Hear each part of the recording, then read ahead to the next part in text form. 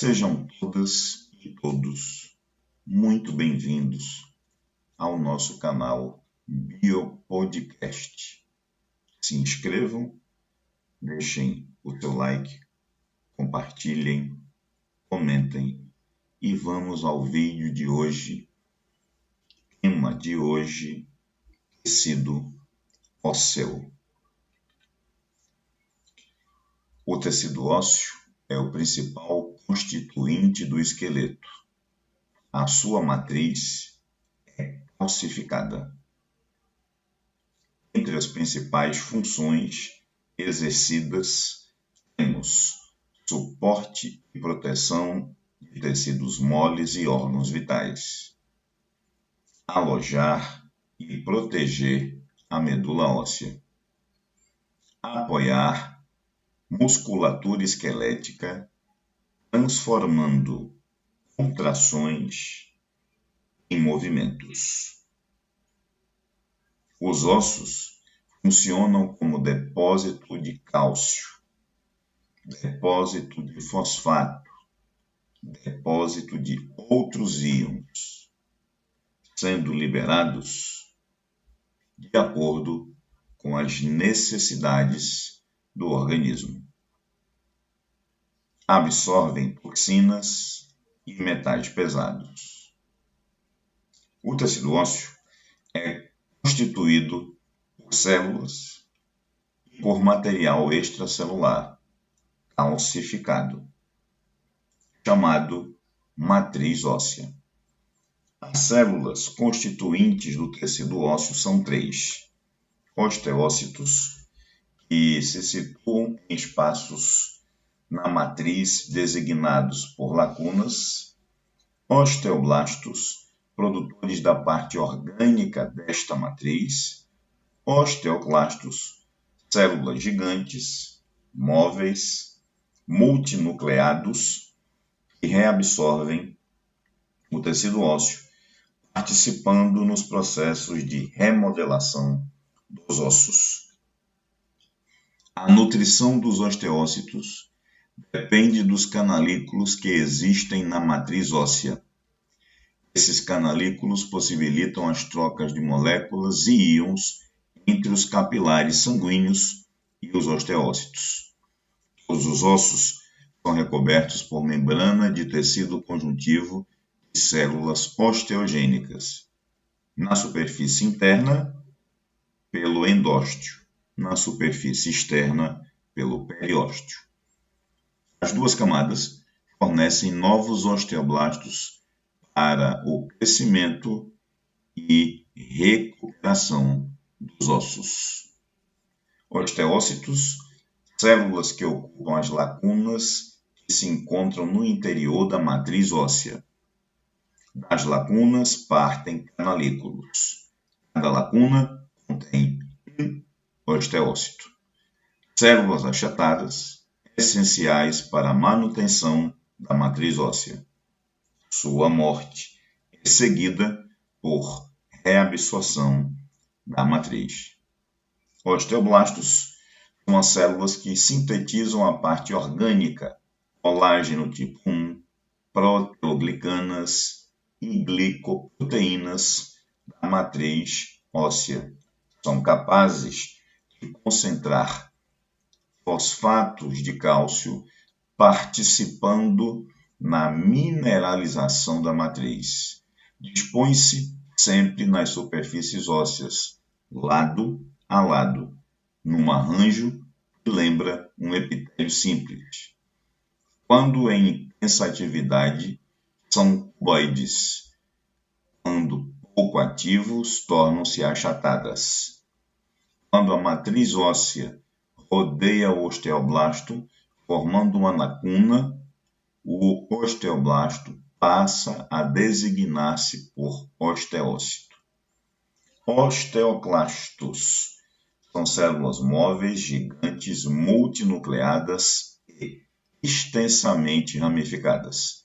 A reabsorção óssea dá-se numa zona citoplasmática entre os osteoclastos e a matriz óssea, designada por zona clara. Os osteoclastos secretam para essa zona ácido, colagenase e outras hidrolases que atuam localmente, digerindo a matriz óssea e dissolvendo os cristais de sais de cálcio. As atividades dos osteoclastos são coordenadas por citocinas e por hormônios secretados pelas glândulas tireoide e paratireoide. A matriz óssea é constituída por elementos orgânicos e também por elementos inorgânicos. O material orgânico é constituído por sais minerais, fosfato de cálcio 85%, carbonato de cálcio 10% e os fluoretos de cálcio e magnésio, entre outros. O cálcio e o fósforo formam cristais de hidroxiapatita. A parte orgânica é formada por fibras colágenas, colágenos tipo 1, em pequena quantidade de proteoglicanos e glicoproteínas. A associação dos cristais com fibras colágenas é responsável pela dureza e resistência do tecido ósseo.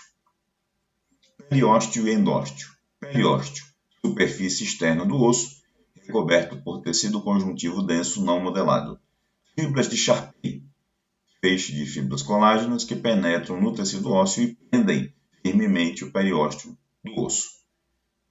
Porção profunda apresenta células osteoprogenitoras que se multiplicam por mitose e se diferenciam em osteoblastos, papel importante no crescimento e na reparação.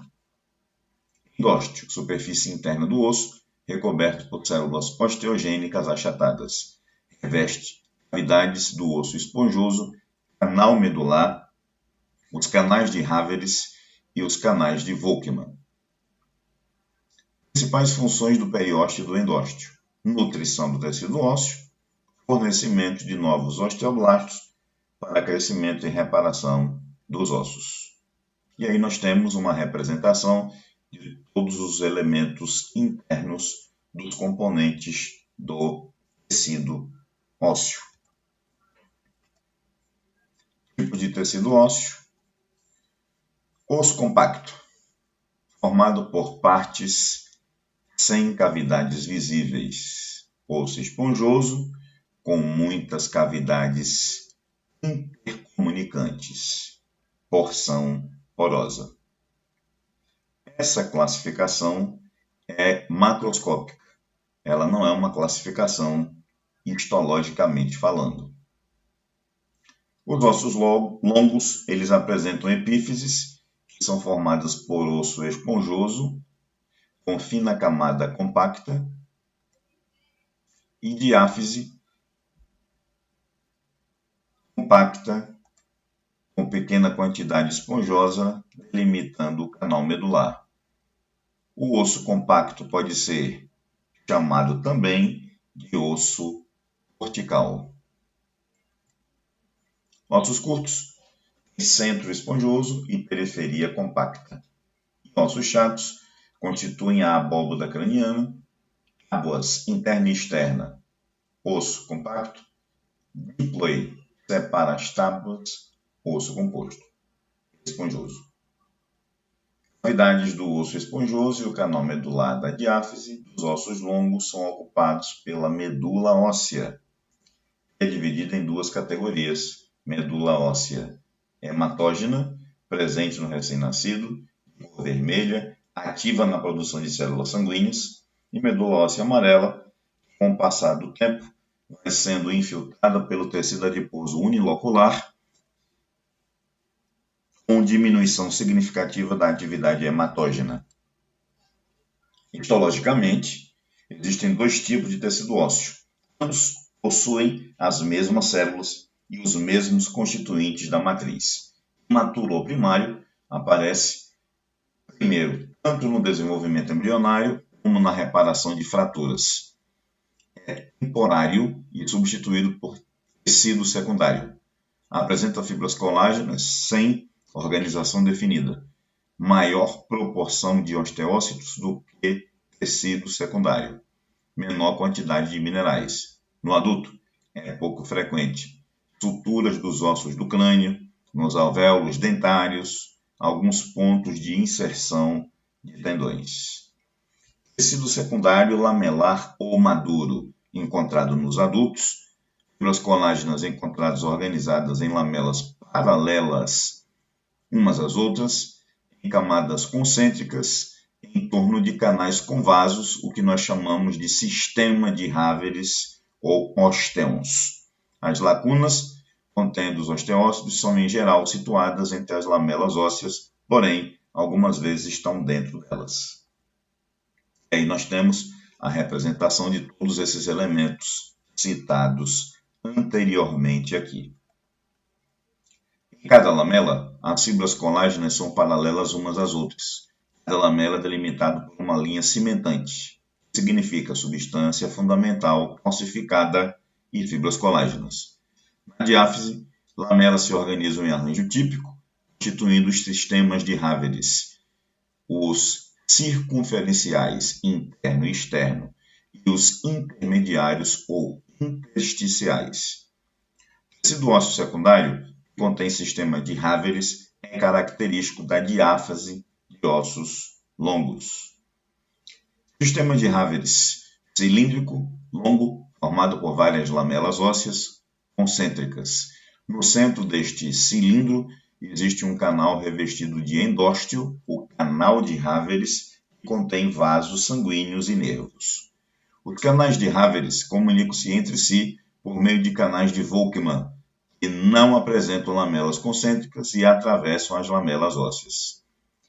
Sistemas mais jovens têm canais mais largos e as lamelas internas são mais recentes. Sistemas circunferenciais interno e externo. Lamelas ósseas paralelas entre si, formando duas faixas. Uma na parte interna do osso, em volta do canal medular, em contato com o endósteo, e outra na parte mais externa, próxima ao periósteo, que é mais desenvolvida.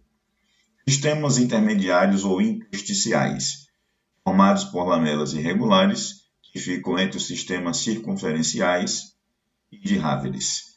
São restos de sistemas de Haveres remodelados. O tecido ósseo é formado por ossificação intramembranosa ou por ossificação endocondral, processo que nós chamamos de histogênese óssea. Em ambos, o primeiro tecido ósseo é formado do tipo primário e pouco a pouco é reabsorvido, substituído por tecido secundário. E aí nós temos a ossificação intramembranosa, interior de membranas do tecido conjuntivo. Forma ossos frontal, parietal, occipital, temporal e maxilares. Contribui para o crescimento dos ossos curtos e aumento de espessura de ossos longos. Centro de ossificação primária. Na ossificação intramembranosa, as células mesenquimatosas vão dar origem aos osteoblastos, que sintetizam osteoide na matriz não mineralizada. O osteoide mineraliza-se e forma os osteócitos. Há cavidades penetradas por vasos sanguíneos e originam a medula óssea. Recém-nascidos possuem membranas conjuntivas moles. E aí você vê a representação de todo esse processo de formação que nós chamamos de ossificação intramembranosa. Ossificação endocondral é feita a partir de um molde de cartilagem hialina. Este molde tem normalmente dimensões inferiores às do osso, que vai se formar e é destruído durante o processo de ossificação. Esse tipo de ossificação consiste em dois processos. A cartilagem sofre modificações, ocorre hipertrofia dos condrócitos e morrem por apoptose e redução da matriz cartilaginosa. As cavidades previamente ocupadas pelos condrócitos são penetradas por capilares sanguíneos e as células osteogênicas vindas dos tecidos conjuntivos adjacentes. Essas células diferenciam-se em osteoblastos, que depositam matriz óssea sobre os restos de cartilagem calcificada, formando assim o centro de ossificação primário. Desde o início da formação do centro primário, ocorre a absorção do tecido ósseo, formado no centro da cartilagem, aparecendo o canal medular.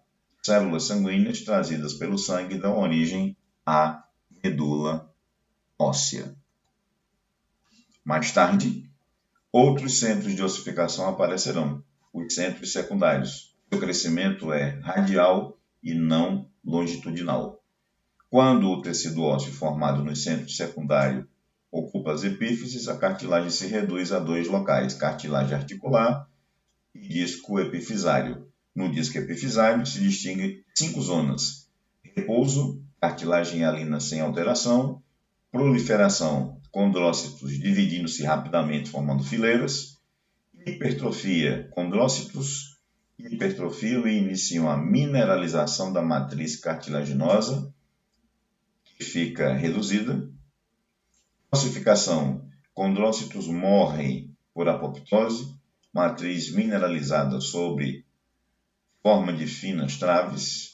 E ossificação, células osteoprogenitoras invadem a cartilagem, se transformam em osteoblastos que secretam a matriz óssea. Surge assim o tecido ósseo. E aí nós vemos as etapas: repouso, cartilagem seriada, cartilagem hipertrófica, zona de cartilagem calcificada e a zona de ossificação. Vamos entender melhor como é que funciona o processo de calcificação óssea e reabsorção óssea.